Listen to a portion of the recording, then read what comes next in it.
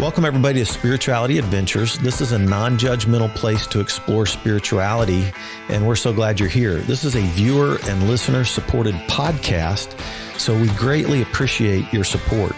If you're watching on YouTube, be sure and subscribe to my YouTube channel. Be sure and like, share, and subscribe to any of the social media content platforms that you're using. And then if you go to our website, spiritualityadventures.com, you can make a one-time donation, or with a monthly subscription, you'll gain access to our bonus content. We greatly appreciate it. Thank you for tuning in. Welcome, everybody, to Spirituality Adventures. We're so glad you joined. And today we have Bryan Carroll. Bryan and I met about 2 months ago. I did a funeral for his father-in-law. Did I say that right? Did I get it right? Is that Yep. true? All right. Sure. Yeah. So Bill Fletcher went to a church that I pastored.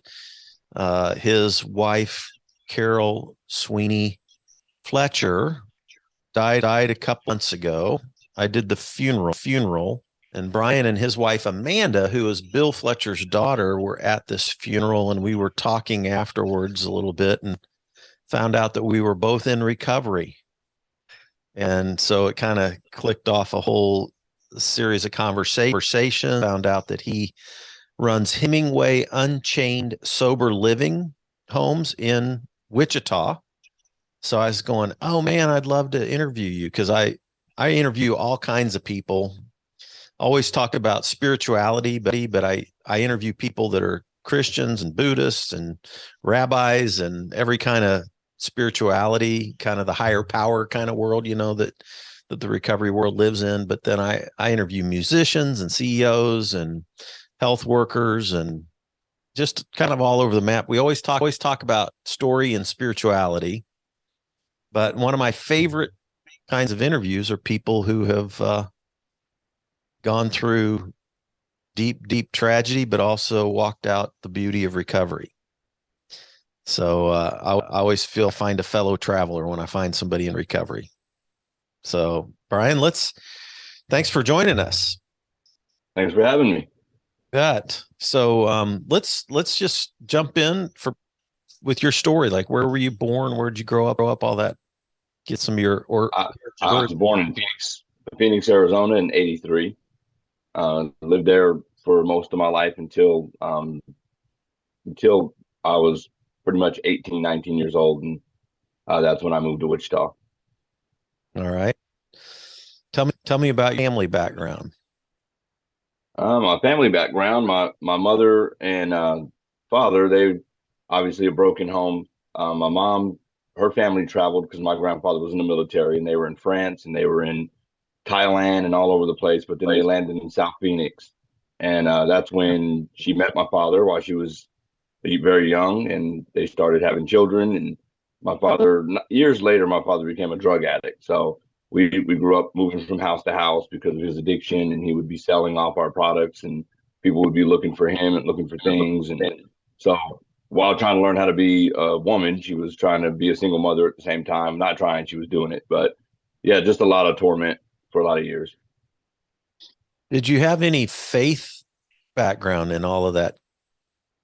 We did. We went to church. At that time, we had went to a church where a real loud church. People were loud and jumping around and kicking things over, and it was pretty wild. I was really young at the time, so I didn't really understand what was going on. Like a Pentecostal type church. Yes, speaking in tongues, and and the pastor would be singing and the whole sermon and stuff like that. So yeah, that was quite different. Black church, white church, mixed. Black. It was black. It was black church. So black. Yeah, we were. Guy singing his sermons. Yeah. Yeah, definitely. It was wild, but I got my love for drumming. at that church. So, I started playing the drums there very young. Interesting. Or you self-taught? Do you have a drum teacher? I pretty much was self-taught. I was surrounded by some people as I grew up that play So I Yeah. did get lessons from them a little bit, learn a few things here and there. Okay. Sweet. So, so in high school, Hmm. are you involved in any extracurricular stuff like sports or drumming or band? Nothing, nothing there at the school. I did play the drums for my youth at the church and that sort of thing at the beginning of high school. Okay. All right. So, what tell us what happened as a teenager? How'd you get Uh, involved? the teen as a teenager, I got myself involved in doing drugs and the wrong crowd. The way that it came to me, obviously, it seemed like it was something cool because here was a kid that was a little older than me, and his father, he was a single father, and he met a woman, so he moved into the house with this woman and left his son in this apartment. And he's doing this drug, and I look around me and I think, well, as good as his life looks and as much fun as he's having, this can't be that bad. And I started doing methamphetamines. That was your yeah, that was your like you didn't start with weed. No, You started I with didn't. I went directly from not doing anything. The worst thing I probably drank was soda pop to meth. wow. Wow. Was it instantaneously like you wanted it first It's time? really weird how that works because the first time that I ever used it, I got sick and I threw up, but I felt good for the rest of the night, and for some reason I was infatuated with wanting to do it again. So I just kept doing it. Yeah. And it's weird how the devil works because when you first start doing something like that, it's always offered to you and it's always free and it's always a seems like it's a party or a good time. It doesn't no one tells you that some years later you'll be willing to, steal from a relative to go buy this stuff. It's just all freely given. Yeah. So did it so what kind of habit how long did it take to develop to like a daily thing? It developed into a daily thing right away. And like I said, I spent years in Arizona without getting in any real trouble, but just getting high every day and just giving out on school, not going to school anymore, and that sort of stuff. Would it would it ramp you up, be like an amphetamine where you just got lots of energy? Yeah, it gave me energy. I could, and one thing I never felt like I was a smart kid. I never had an attention. I couldn't pay attention to things. I always was all over the place. So it also felt like helped me focus is what I felt like. I didn't realize it doesn't matter if you're focused, you're not focusing on the right things because you're focusing on going to get this drug and be able to use this drug. You're not in class focusing on your schoolwork. Yeah. Yeah, like that like Adderall is kind of like a prescription meth, right? To for some They people, say that. body Yeah. chemistry, it depends on the body chemistry. Like some people do Adderall, and it literally mellows them out and chills them out. But like Hmm. college kids, high school college kids start doing Adderall today to study and stay up all late, just like what we used to do on caffeine or something. Yeah. It can help at first, but then once you get into it, as you know, all of a sudden, at some Yeah. point, whether it's alcohol, whether it's drugs, whatever it is, at some point in the progression of the disease, all of a sudden the fun is all gone, and Yeah. you're doing it just to keep from like freaking out, getting DTS, and like you're Yeah. Just like with heroin, heroin's a very bad one. People start off doing heroin and they do it to have fun or to feel good or relax. And the next thing you know, you have to go find the stuff just to be well. I remember people on the streets when I was on meth, yeah, I would be bummed that I didn't have any drugs and I'd be trying to figure out how to get some. But these people would literally be sick and couldn't function because they couldn't get high. yeah.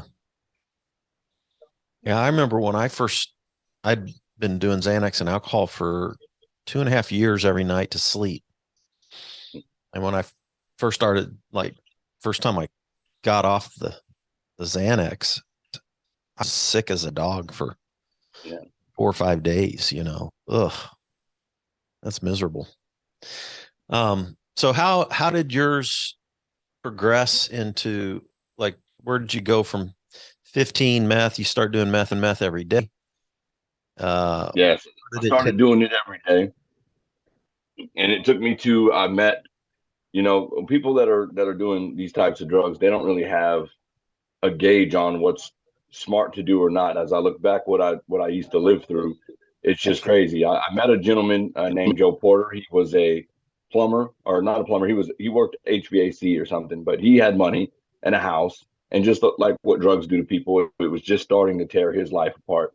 So he wasn't working. He was living off his savings, and he had another roommate named Jason, and me, Jason, and Joe, and these are grown men. I try to think like if a 15, 16-year-old tried to move into my home right now and I'm a single man, I would know there's something wrong with that. But either way it goes, they didn't. And we were just the Three Musketeers for a while. So, I worked on cars all the time for him, and I drove Porsches, and we just got high and lived our little drug life. And it was, yeah. So I did that for a long time. Hmm. Like, dropped out of school, just Yep. these Completely guys. left school and just hang out with these guys during the day. And then, I realized that if I started selling some drugs, that I would be able to get more drugs. So, I got into the whole getting plenty of drugs to go out here and sell, and the women and everything that comes along with that life is all we did. Yeah, yeah. It's out like, hey, I could sell this just to get money, and then it goes from there, right? Yeah, it just progressed, and yeah, So how many years was that world going on?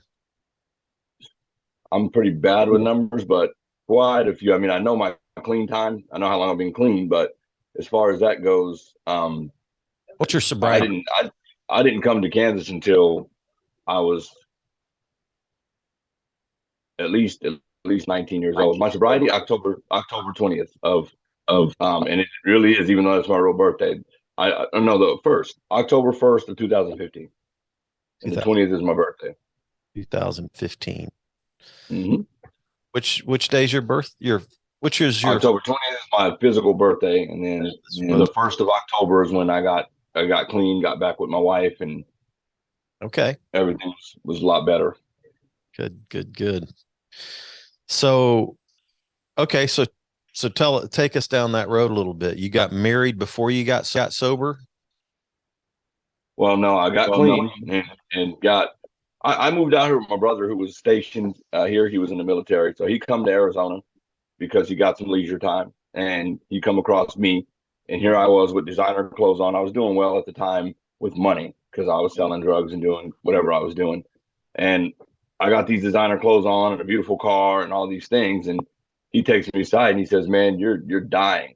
I probably weighed 80 pounds, and I didn't realize how bad I was looking and what was going on. And he wanted me to have a fresh start, and he says, "Man, you should just come with me to Kansas because there's not going to be much going on out there. It's going to be real kickback, and you can, get your weight back on you, work on your GED, and get yourself together." So I came out here. Well, needless to say, he was wrong about there not being anything going on here in Kansas. If you want to find it, you will. Right. So lived with him, did well for quite a while, and I was working at Krispy Kreme Donuts, and I did that one stupid move and asked that question to someone I was working with because they were smoking weed at work. "Hey man, do you know where to get some of?" And that was it. Once that happened, and by this time I had a child on the way with my first wife. Okay. So I had a child on the way, and Wife in got Kansas? got some in Wichita, Kansas, Okay. and I'm out here now. I'm doing what I was doing in Arizona in Wichita. I no longer live with my brother. I've got my own place. I'm running the streets, and I got clean right about a month before my daughter was going to be born. I hit my knees and prayed to God and said, "Please take this from me." And He gave me the strength to just flush everything down the toilet. And I went back to my brother's and got prepared for this child that was on the way. And what year was that? What year would that have been? That's 2006. Okay. So you had a baby born in 2006 and 6? Yes, yes, All right. And you were clean. I was clean. Okay. So how did that how did that Well, now how did that go back into me being high again? Uh, the way that worked, I was clean, and then this female that I was with, she ended up pregnant again.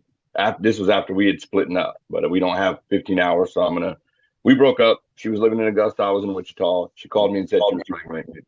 She's my wife at this time, um, and we were supposed to be getting divorced. So I said, okay, well, if you're pregnant again, she couldn't afford to live on her own, so I moved to Augusta with her. And when I moved there Augusta? to Augusta, I found out that the baby could have been someone else's. So at that point in time, I stopped talking to her, and she got a restraining order on me for no reason.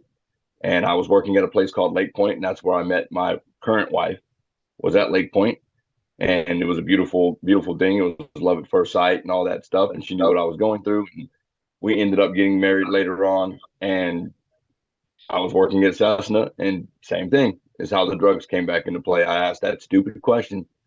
I really didn't even have to ask there because the guys that I was working with there were already just open about what they were doing. And it wasn't for Cessna. We worked at Cessna, but it was a different group of people that came in and did some stuff. But I started hanging out with those guys and doing the drugs and doing whatever. And I mean, I tormented my in-laws and my wife and family with the way I was living. So so like when you left Phoenix, you were Mm-hmm. maybe 19, Yes. moved in with your brother in Wichita and had a season of sobriety, Yes. and then married, had a kid, Two of um, them. and then you had another season of sobriety. Mm-hmm. But each time at work, you'd find somebody, you would ask them this question, so it would lead to a relapse. I was a follower, not a leader back then, and I wanted to use, and I wanted that lifestyle. I missed the lifestyle all the time. I wanted to be able to be there was a freedom that came with that lifestyle, of being able to not care what the rules are, not care who said you have to do this or be here or be there. So back then, uh, it's not just drug use; it's also immaturity. I was just very immature, and that's what I wanted. I wanted the freedom. So I didn't want to come home to a clean house and a beautiful wife and eat dinner and do the whole thing and repeat it the next day.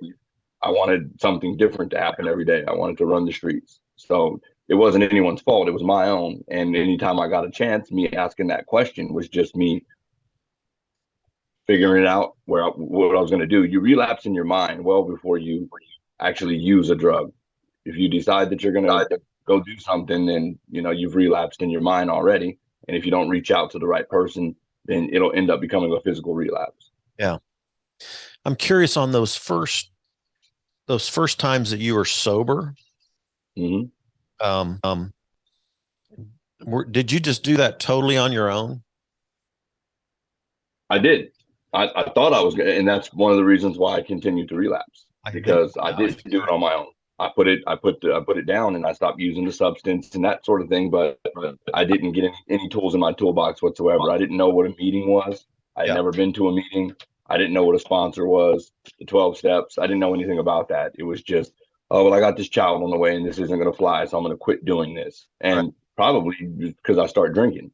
So the drinking would make it easier for me not to do the meth. So I wouldn't say I was out of my addiction. I was still in my addiction. I was just changing up something that was more socially acceptable. Yeah. Gotcha. Gotcha. So your current wife Hmm. has walked through a lot of stuff with you. Yes. Yes. Was she ever in the addiction world, or was she? No, she's gotten things that she's tried when she was younger, the average type of deal, but she's never been anything like that. When I met her, my children were babies that I have from my other marriage, and she kicked into mom mode, and she just that's what she is. She's a nurturer, and she's going to do what's important. She Yeah. will put aside what she feels like doing for what's important. So even like drinking, um, she's a regular occasional drinker, and when she got pregnant, not drinking. So she's never been an addict. Yeah. Did Kind of she jealous. jealous of that sometimes. Right. Did she ever have to work through any of like the Al-Anon kind of stuff or the, the like the codependency issue things or anything like that? No. Not really. Okay. So how many years was she with you while you were using? So you got sober in 2015, right? Yeah. You guys got you'd been with her. When did you guys get together? I think 2006. When did we get together? 2010 or seven. So 2000. 2007. 2006 was your dad and Carroll. Okay. Yeah.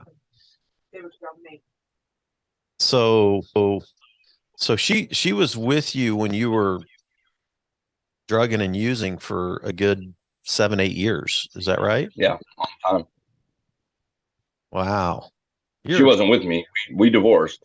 ah, Yeah, and then she wasn't with got me. back with her. Yes. And in Ah, 2015 is when we ended up getting back together. And then even at the beginning of that, it wasn't working out too well. I went back home to Phoenix for a little bit, and then I came back here 2016, or was it 17? 16. I came back here and we've just been together ever since. okay. Wow. Interesting.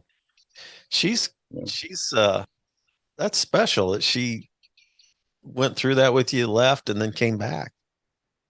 Yeah. Must be true love. Love.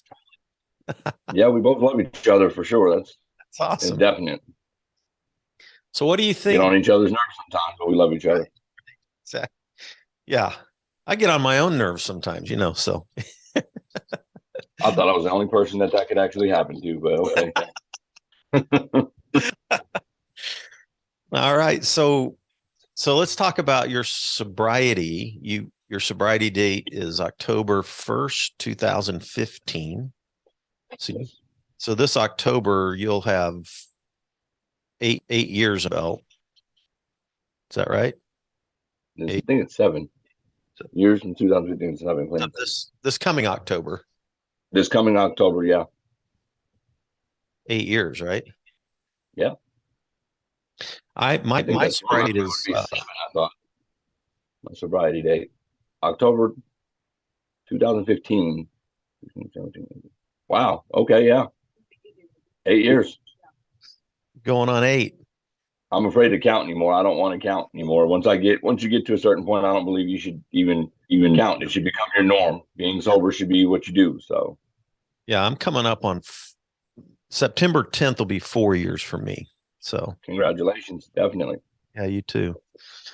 So let's talk about so October 1st, 2015, when and what did you do to find I sobriety? didn't I didn't have to do much of anything. I was driving down the street and I got pulled over and I had methamphetamines and I had firearms and I had all sorts of things on me and got pulled over. And by the grace of God, I got pulled over because who knows what I would have done that night or been involved in. But I got pulled over by the Wichita police and I had a warrant out for failure to appear on something. And either way it goes, it was my first time ever getting arrested where I wasn't going to either get bonded out or barred out. I was going to sit there. I was going to be able to sit there. So that was what saved my life. Honestly, I feel is that God removed me from the streets because that was the only way. I wasn't going to stop. I wasn't going to change. He needed to remove me. So the police came and did that. And I spent some time in the jail and was away from the drugs and was able to get a clear mind on me and start thinking better. And um, that's when I started praying to God again and talking to him. Because at this time, I had never really had a relationship with God. I just knew church and played the drums and all that teen stuff. But when I got out, I wasn't going to do anything. And that was my promise. God, get me through this. I'm going to get out and do the right thing. If I got to go stand in a park until the right person finds me, I'll go do that. I'm not going to go back to my old people. So that's what I did. I got out and in October, later on in October, and I actually went to a hotel room and I called my mother in Arizona and I told her, I said, I don't want to go back. Like I don't have money. I don't have nothing out here unless I go back to go try to collect it or get it or talk to a friend. I don't want to do any of that. And she had contacted my wife, ex-wife at the time, because that's the person she could trust. Hmm. So she called Mandy, and Mandy for sure. She met me at a Walmart, and something moved her to bring my kids, and that was it. We went and got a hotel for the time because her parents, of course, weren't going to deal with that, and she was staying with her parents. So we went and got a hotel room, and um, went and got another hotel room in Augusta so the kids could get to them from school. And it was just crazy. God just blessed the whole situation because we had nothing. And the gentleman named Craig Patel, he owned a hotel in Augusta, and he, without me asking, came and said, "Hey, man, you want to do a little bit of work so that you guys can stay in that room?" And I'm like, "Yes, please. We're trying to figure out how we can stay in this room because her parents were not going to deal with me at their house, and my family didn't have the money to keep sending me money." So that's how that started. And then God also moved because I would take walks and listen to music, and I found a house. And I'm talking to the lady who owns the house, and I told her where I'm working and what I'm doing. And she says, "Move your family in the house." So we moved into the house, and she waited because my wife was in school at the time, for her to pay for our rent with some of her, tuition money, and worked with us and allowed us to move into this house. So we did that. And that's when me and her got in an argument, and I went back to Arizona for a little bit. But she had that home with the children and kept that home, and I went and stayed with my family, my parents, while I was out there. Mm. But I absconded from probation. Okay. That was a no-no. So the only reason I got out is because when I went to Arizona, I went to treatment, outpatient treatment, and I also enrolled myself in GED to get a GED. And I was detained before I can get the GED, but I did graduate from the outpatient treatment. So when I got in front of the judge said, "Okay, well, since I see you were trying to do whatever you were trying to do, I will let you out." And that's where my recovery really begins. That's when I went to an Oxford house. The judge would not release me unless I went to an Oxford. So I went to an Oxford. Me and my wife would communicate, and things slowly started to just grow back into what they should. But at this point in time, I got a sponsor and learned to listen to what he suggested instead of myself. So we just took it really slow, and I continued to live in Oxford. She stayed in her own place, and recovery began for me. So when you say Augusta, you're talking Augusta, Kansas. Yes, sir. My mother's from Savannah, Georgia. My dad's from Wichita, Kansas. And there's an Augusta, Georgia, too. And then there's an Augusta, Kansas. Wow. Great, great. So Augusta, Kansas, you're living in an house in Augusta or Wichita? Right now, we live in Augusta. We have a home there. Okay. Yes.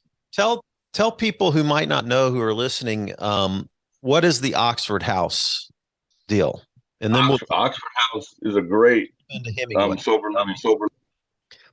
sober living program. They have grown rather large. They're really, really large. So it all depends on what you're looking for. But as far as their rules, their regulations, and the way that they do things, it works. If you apply it and you want to get clean and sober, I had a clean home to go to every day. I had accountability, which any of us in recovery that have worked a real recovery know accountability is everything. So you'll get the accountability you need in order to start working and doing the things that you need to do. There's a lot of other great programs as well, but Oxford House is where I got my recovery at. Yeah, and just there could be parents out there or friends out there listening who have a friend or a child or a loved one who's an addict. Oh yeah. Um, they're you know they're desperate to try to help. Obviously we can only be there if somebody reaches out, right? But there are Oxford houses all over America, right? Probably most all over America. They are all over the place. Houses. They have homes for women, homes for men. Women and children. Yeah, women and children. And if you are in an Oxford house, typically you're gonna, you have to commit to sobriety. You have to work a job. You have to help pay the rent. You have a sponsor. You're working the 12 steps. You're equal expenses shared is what they call it. Not rent, but equal expenses shared. Everyone's equally responsible. You have a comptroller there that's going to tell you what you guys have in the bank and is responsible to do food shopping for the house. You vote on everything. So everyone just equally pays their part. And you're probably getting drug tested, what? Probably randomly or weekly or you get random drug tests.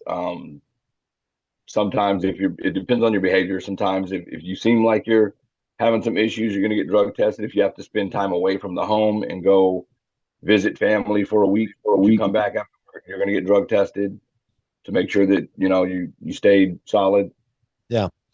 And Oxford is a 12-step program, right? They use the 12 steps. It The is. Oxford Yes. houses do. Yeah. And so you started going to meetings Hmm. when you were living in the house. Yes. You go to meetings inside the house or meetings outside? Outside. Yeah, You did have you? a certain amount of outside meetings that you have to hit. I Okay. would go to outside meetings. So did you find a home hall like your home group kind of? Recovery in progress. Okay. Yeah. And then, yeah, so take us from there. So you and your wife, your kids got back together again at some point. Yeah. Well, Yeah. we got back together at the point where I I went to a place called Hemingway House. It was called Hemingway House at the time. It was an apartment complex, and that was all that they had was the apartment complex. And there was a young lady named Tracy Hall that was running the place at the time. And I had moved into that program because I graduated from having to be at an Oxford house, and I could actually be in an apartment. So I wanted to go there to have my own apartment so my kids could come over and things like that. Well, my wife ended up moving in with the kids into an apartment there, and it was during the time that the place was in a transition, and I started working for Hemingway House, and that's when I became their lead there that ran the whole program and was in charge of everyone there and stuff like that. Cool. What year was that? What year was 2016, maybe 2018? 18. Okay. Yep. So tell me what is the name Hemingway Unchained? What does that represent? I would be lying if I said that represented anything. I know there's a writer named Hemingway or something like that Yeah. that pretty much almost sued the old Hemingway for if they use his quotes or something. The only reason why the word Hemingway is still in the name of my sober livings, honestly, is because I've worked my behind off alongside of other people that work their behinds off for the community to know who we are. So Hmm. now that I own it, and now that it's Hemingway Unchained, one day I'll probably take the Hemingway out of it. It's just that I have to discuss that with people who have worked their butts off to really, get the community involved in what it is we're doing. Yeah, and it had a little bit of branding behind it and some equity in it and that kind of thing. Yeah. Yeah, yeah, yeah, yeah. Yeah, so tell us about Hemingway Unchained Sober Living. You own and run this. Is it a nonprofit organization? It is not a nonprofit organization, and the reason why it is not is because I am not savvy enough in business to have a nonprofit. With a nonprofit, so many people think that it's just come up with a name and pick a few people.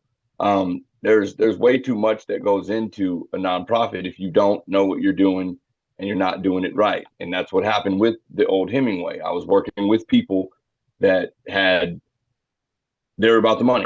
Just let's just be blunt. They wanted to rent houses and they wanted to get big money back from the houses being rented, and they owned houses and properties. And the way we were moving was as a profitable company, and it was very, very illegal. Some of the things that were going on. So I was going to step away from the whole thing and do my own thing. And we went and sat down with a professional and the lady who runs these other 501c3s. And she was like, no, you guys can't be on your board and own a house that is making money. So either way it goes, my wife, my mother-in-law, and I came up with our name and started our own LLC where it would be easier, where it's just, hey, pay our taxes and make sure we do what we're supposed to be doing. That way we can help the community. Yeah.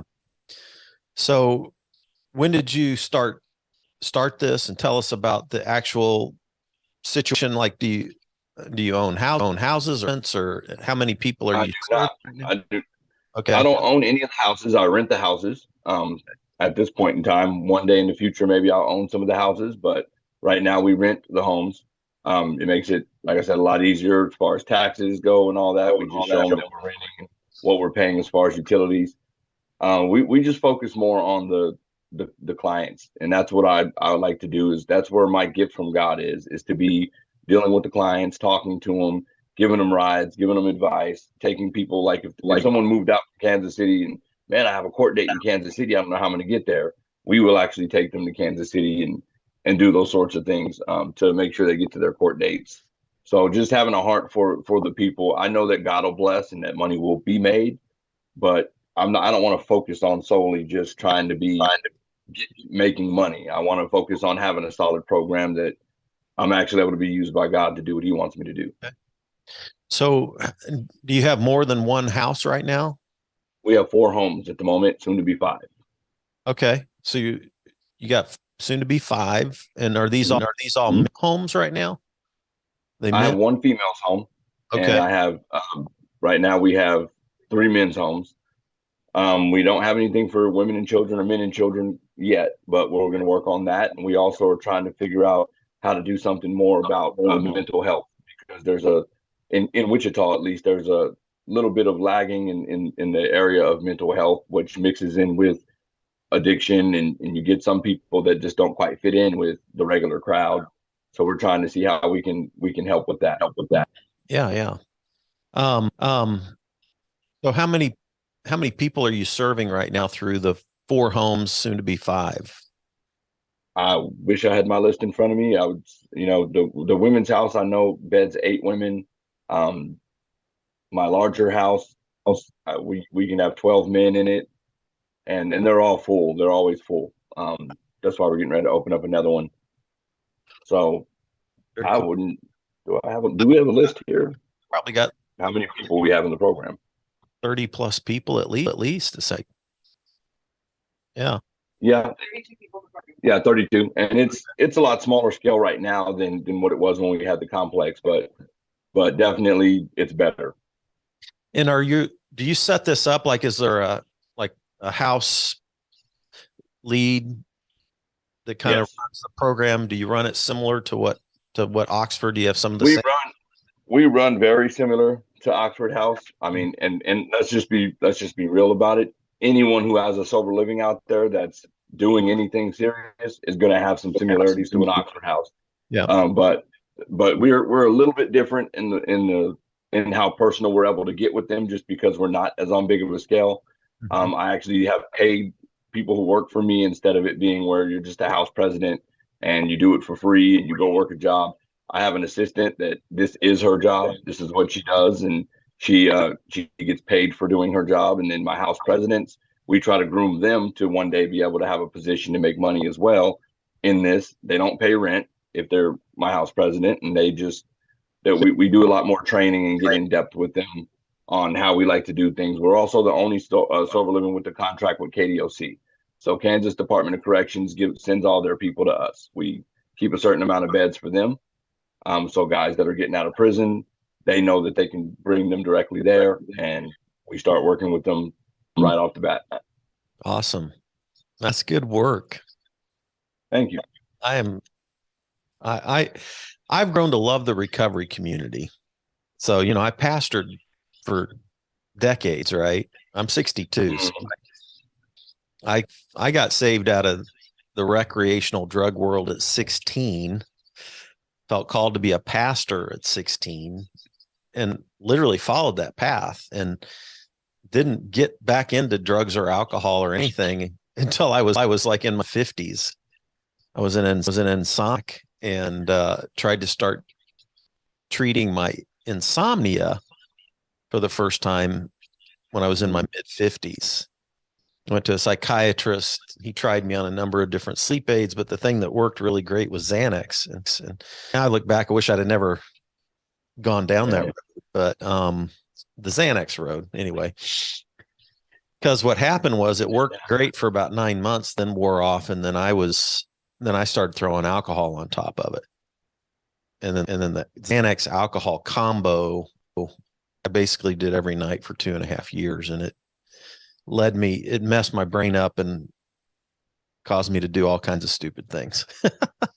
So I understand completely. I'm pastoring this large growing mega church with a few thousand people, and I'm just basically gradually going off the rails, and ended up costing me everything except for my life, but I literally lost everything. And so I, having lost all of that, I wound up in an AA program, about 3.5 years ago, and have just grown to.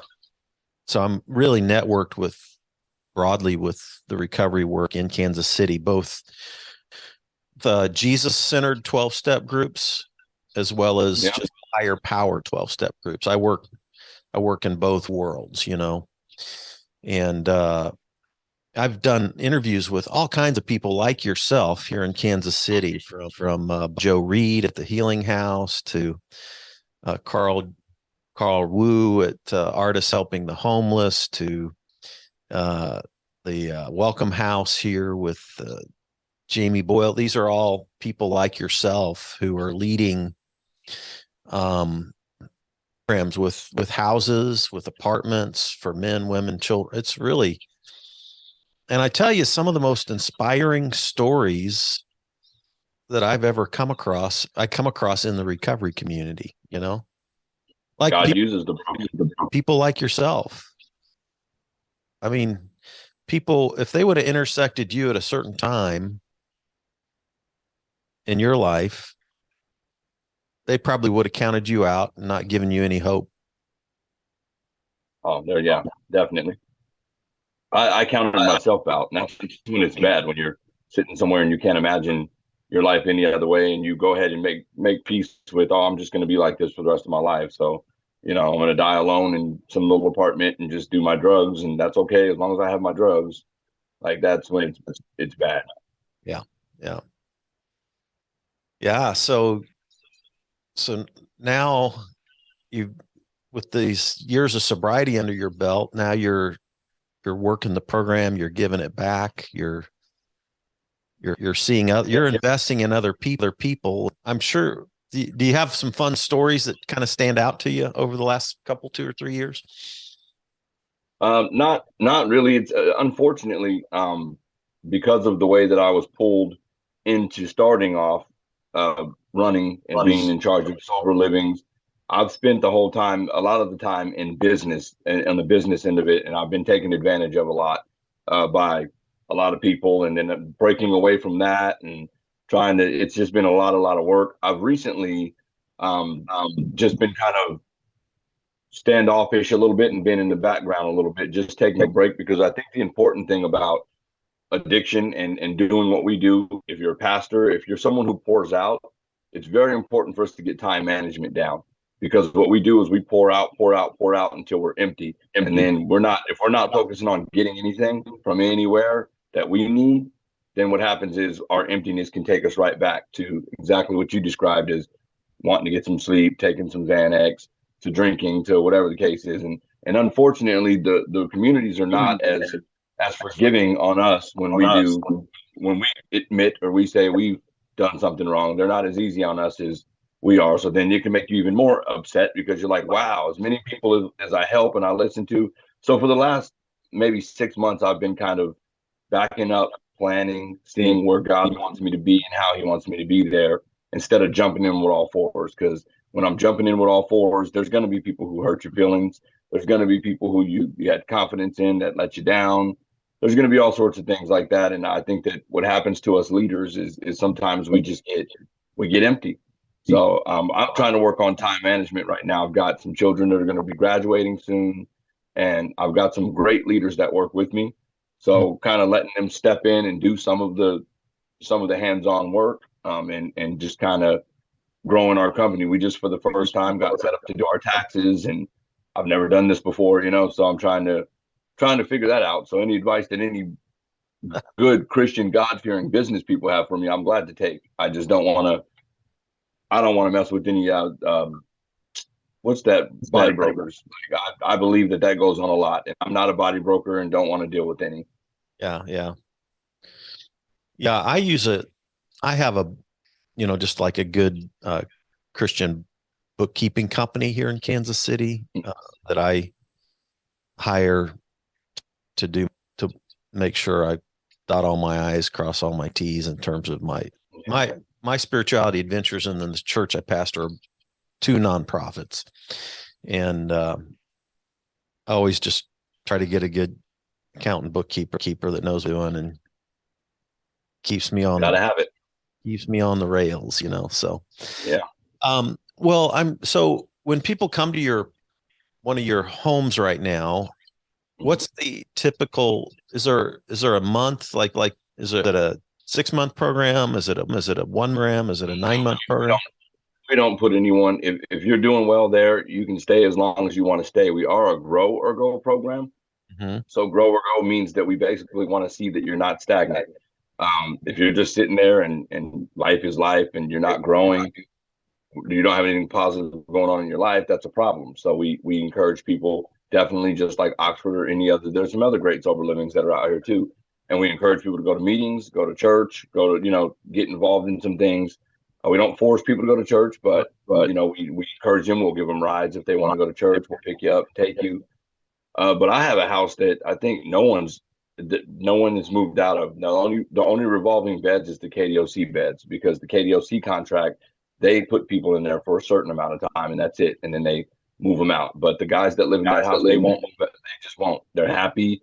So to me, if I need space for newcomers, I'll just go open another house. I'm not gonna force those guys to move out or anything like that. They're comfortable with each other. They're following all the rules. They're growing. They've got people who don't have licenses are getting their licenses back, and jobs and better jobs. So they're progressing. Yeah, yeah, it's good As stuff. far as the women, I don't involve myself in it. I don't believe that I have something to offer to anything one on one with another woman, or going into a women's house. Women should be comfortable in their home. They should know that their leader is going to be someone who's the same as they are. So that's how my assistant manager came about. She's been wonderful and she helps us run everything. But when it comes to women, she deals directly with the women. My wife will step in sometimes if something needs done, but the women don't need men coming in and getting on them or saying nothing to them. So they deal with women directly. Yeah, yeah, it's good stuff. So when you think about like when the 12-step program talks about, those first three steps deal with surrender, right?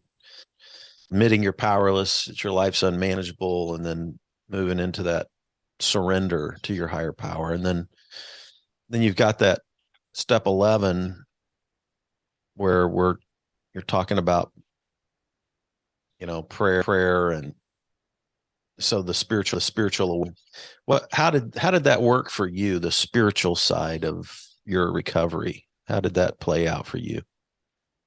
Well, the spiritual side of my recovery is I learned that um, I'm not perfect and I can't be. So I kind of stopped trying to challenge myself to be perfect, because I'm just like any other, or I'm sure a lot of other God fearing men and women, to where, if you feel like you've let God down or disappointed him, you feel like you can't talk to him, you can't pray, you can't go around the people that are a certain way. So I really had to learn that I wasn't a bad person. I wasn't a terrible person. I just needed to change some things in my life. So when my spiritual awakening was definitely, it helped me to stop trying to be perfect. So that way, if I made a small mistake, it didn't turn into a large mistake and a larger mistake, because I pushed God away.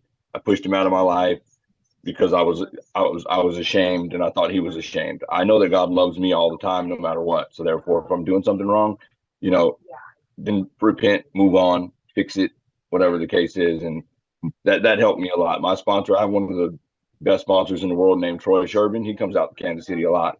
But we went through the steps, and the steps truly are tools for the toolbox. I Mm-hmm. think that cognitive thinking classes or any sort of studies with that, and also the 12 steps is great. Yeah, that's good stuff. Yeah, I did a little bit of therapy. Like, so I was in the recovery 12-step world, going to meetings. I also got into therapy, and I did like DBT, which is dialectical behavioral therapy, which has a cognitive component to it. Mm-hmm. Another one called family systems. Um, so those were mental health components for me that I just needed to work stuff, my own emotions, my own thoughts, I hated myself. Like I had failed. My failure was, I ended up on the front page of the Kansas City Star Sunday edition. Megachurch pastor goes cab, you know. So Yeah. it was a big public thing here in Kansas City, and I felt humiliated and ashamed, and For probably, being a human. probably didn't care if Yeah. I died. Actually, that was Yeah. so much shame. I had self hatred. So part of my healing and sobriety was learning to forgive and love myself again. I mean, that was actually that was actually the hardest part for me, I think, was to myself and to own my story and say, hey, this is it. This is what I did, and make Yeah, amends forward.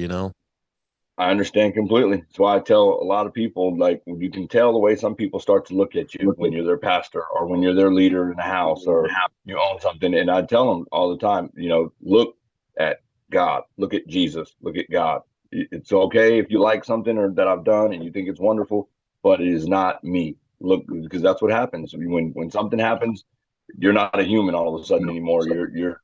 How could you ever do this? Well, we're all battling the same things here on this earth, Yeah. and we're just being used by God to do what we do. So sometimes we may make a mistake. It could happen, but Yeah. unfortunately, because we're on such a pedestal to some people, you know, Yeah. Yeah. And it's interesting because even as a daughter of a growing and quote successful church, I'd always try to be authentic and you know get myself off the pedestal, right? By telling and make myself the hero of every story I told. I would tell my foibles and tell my faults, but it seems like in the people still have a tendency to put you there even if you're honest and vulnerable, right? And then and then when you mess up really big, then they're like shocked. yeah.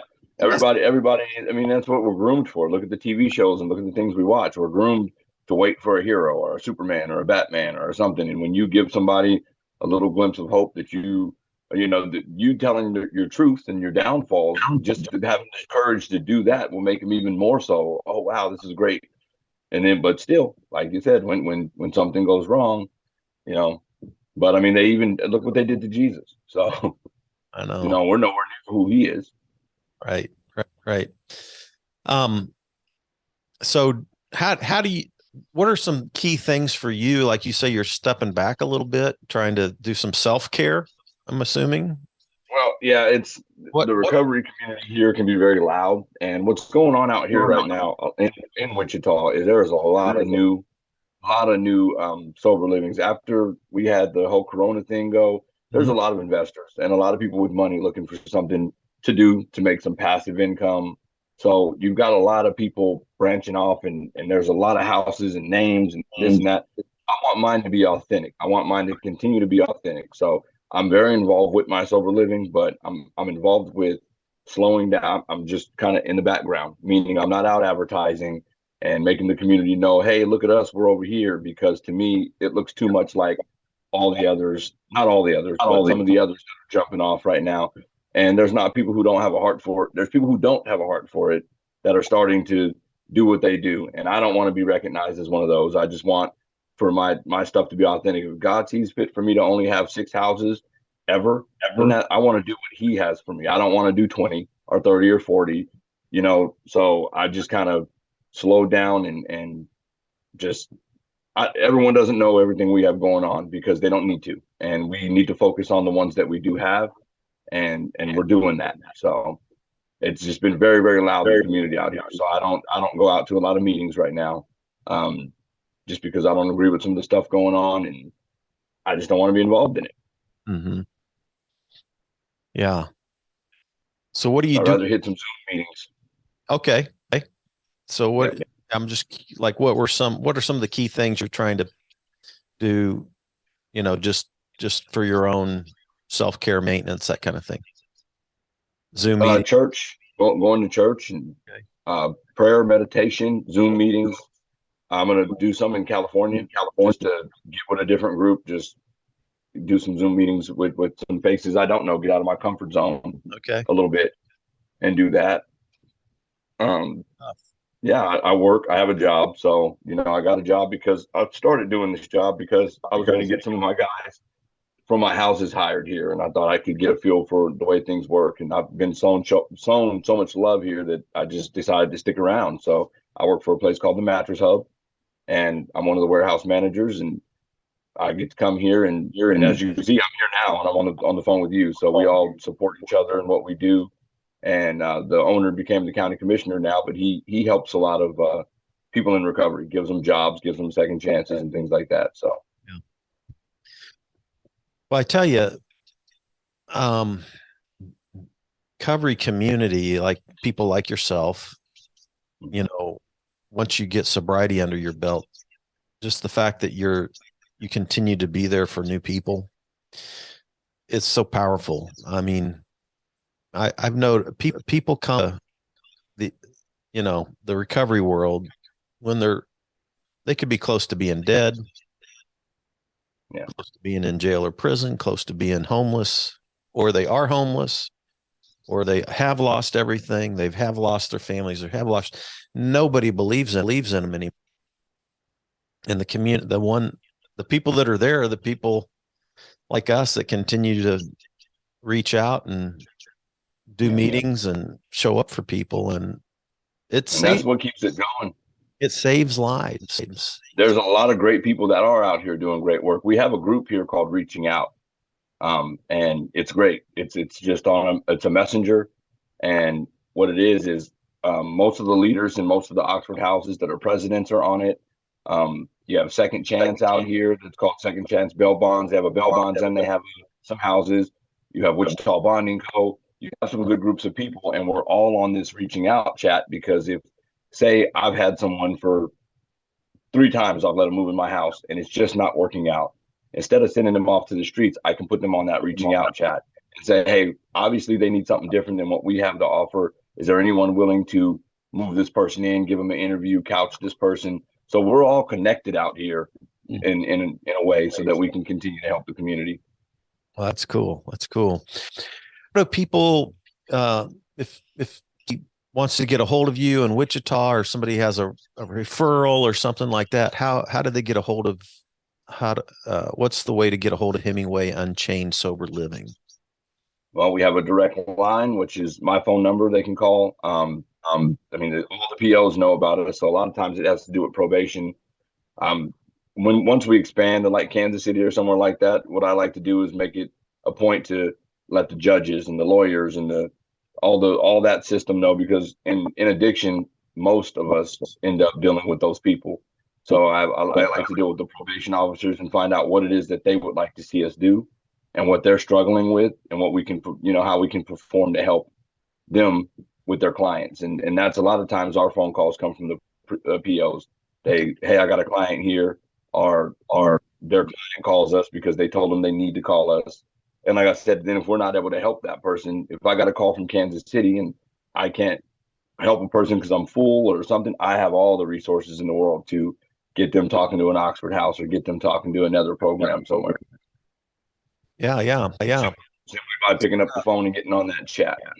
Yeah. So there's a phone number. Is there a website? Is there a Facebook? We do have a website. I'll have to send that to you. We have a website. Okay. We do have a Facebook page. But the website's what I want to start using more often. I just got to get it out there. Okay. So Hemingway Unchained Sober Living. Sober If Living. you Yes, Google that, what comes up?